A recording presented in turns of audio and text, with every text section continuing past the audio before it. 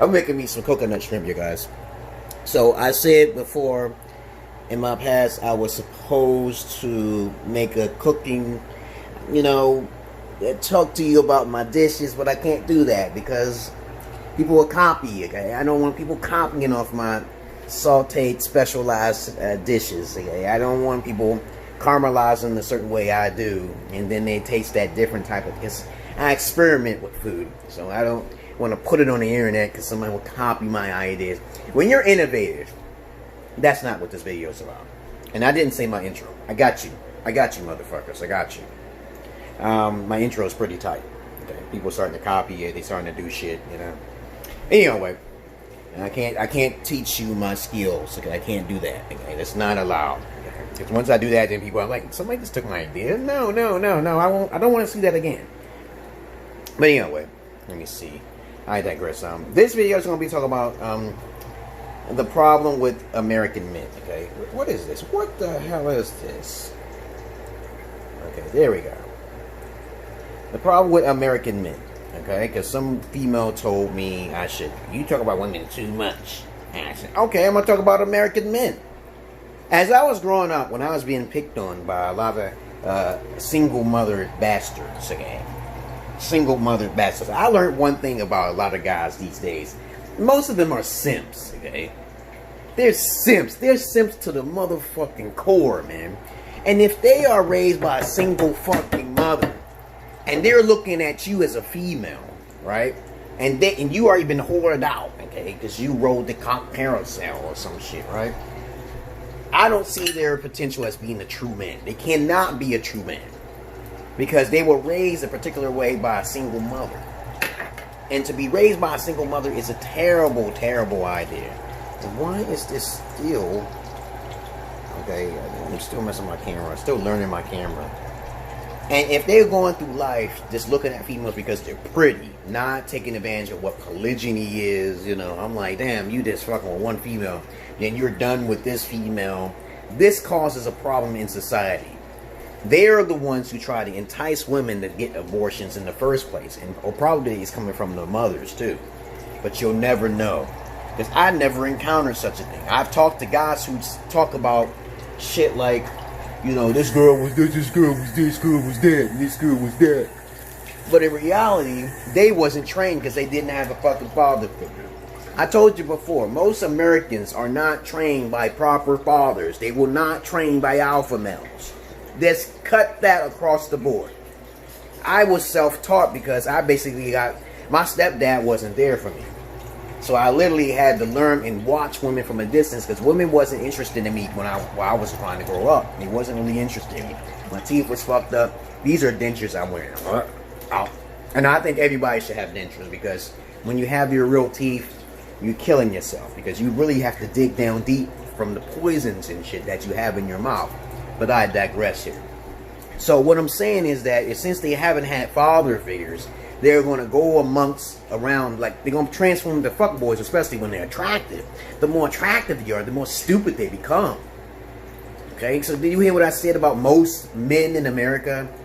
Now, I've lived in Ethiopia. I'm going to tell you right now, those guys ain't getting no booty.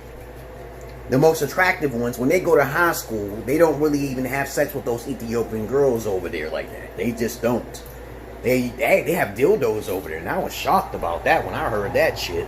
I said you have dildos? I told my wife, I said, they have dildos over there? Little tiny little mechanisms and shit. And I was shocked. But let's bring it back to America here, because I'm talking about American men. The problem with most I said most. Number one, they haven't been raised by a proper alpha father. Not there. They haven't been raised by a disciplinary. They're just not there. Okay, and the effect of not having a father is more damaging to a female in the long run. Because it's how it's supposed to be, is that the white systematic draconian system try to, make it enticing to marry, but no longer is there any benefit for a man to marry now. There was supposed to be some benefit. There is some benefits to being married, but I don't really condone it. Because when I was 17, raised in the 80s, I always thought of it as like a women's pimp game. Once a woman gets you to be married to her and she try to force you and egg you on and shit, she's pimping you. because that's collateral damage for her ass if she want to change her mind with you. But instead of just having a mutual agreement upon trust, you want to get married through the state, and the state feeds off of that weakness that man is, because he's a weak. You don't need to be married. You can just have a ceremony. A ceremony and a marriage through the state is two different things. So now you understand what I'm talking about. I'm not your average man. I'm not your beat up man. You know how much common sense I talk about. And I was raised around a bunch of hooligans, thugs and pushers and shit, and even pimps. I even talked to pimps and I said, hey, why you don't need to beat them, okay? But they have to use vaginas. I understand that. You're treating them like you're the daddy that they didn't have. I understand that. But sometimes they can be pretty ruthless on those females. That's the negative side of an alpha. And I do not think that's a noble deed to push a female on the street because she's not selling the pussy the right way. Okay, but that's just how they do it. And people call me a pimp. I'm not no fucking pimp. I talk to 2 or 3 women at a time and they don't call me a pimp. I'm more of like on the gigolo side or a professional escorter or some shit. But I don't do those things no more because women are broke. They don't have no money now these days. I even try to talk to some feminists. I give them a little hint of who I am and my profession when they thinking I'm joking around. I don't have my strap on right now. I can't do nothing now. I can only hang with you for getting charged per hour. And if you don't pay me, then I'm out of there. I'm not going to hang around you. I'm an entertainer. I'm not going to do that, okay? Because I'm alpha male. Most guys don't have personalities like myself. They don't have the gift of gab. I can go to anybody and start talking, but I got to be careful who I talk to because I'm also schizoaffective. And then the voice of you say you shouldn't talk to this person. And then I got to be careful who I'm fucking talking to, right? And that's how that schizo shit works. It works mysteriously. And then it works. And I said, think about it. If I would have had talked to this person, I would probably be dead. Because motherfuckers are jealous. They're envious. Well, I don't like him. His personality is too great. And this is what I'm cooking. I'm cooking some coconut shrimp. I know y'all love some coconut shrimp. But Jesus motherfucking Jesus Christ. And you know what I do with my coconut shrimp?